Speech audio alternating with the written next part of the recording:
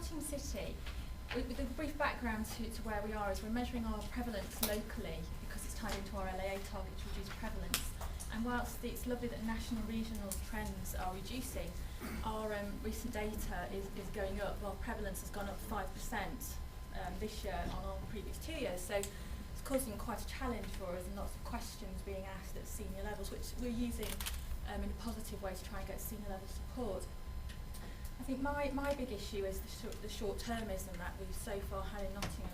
We sort of get funding, bring a post in, do a great project, has a big impact, galvanise everyone, get momentum going, get partnerships set up, funding goes, the post goes, it all falls away, and I think that's been happening over the last 5 or 6 years. So for me, I think getting some long-termism in so that we've got a strategy now so we can actually deliver that and keep the momentum and partnerships going would be really important for us. So we are getting verbal commitment from elected members.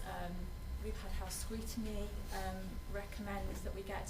We've got our Alliance Coordinator post, which is just on a 1-year temporary funding each year, and we're trying to get that mainstreamed as a first step. So the Health and Equalities National Support Team have recommended that we get that post mainstreamed. The Health Select Committee have. We've got elected members sign up to that. The Chief Executive Council is behind it verbally. So I suppose for me it's how do we translate that verbal commitment into reality and actually get the funding and get that long-termism in place. That's the first issue. The idea about working with individuals within communities, and in some ways it's quite easy to change somebody's belief in that, through social marketing, through health messages, and in fact to support this the PCT have funded a piece of action research that will take place over 2 years.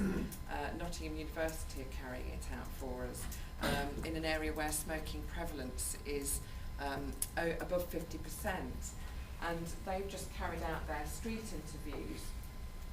So picking people at random. I think it was about 150, wasn't it, Christine?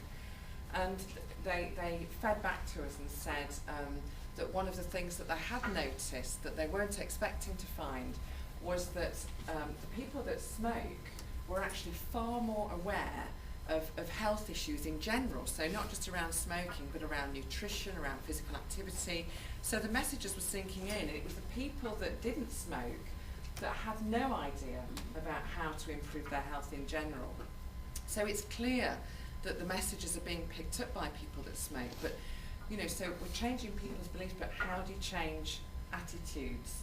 And I was interested to hear what a colleague from Manchester was saying about choosing a community, because that's my background actually, is community development, and one of the things that we have been talking about is taking a community development approach, choosing a community and working with them holistically, and sort of taking the attitude that we don't need to do things to people. People can actually do things for themselves. So in terms of changing attitudes, maybe that could be the way to go. But I think it is really, really difficult. And I think in Nottingham, the smoking prevalence has just sort of stayed above 30% for many, many years.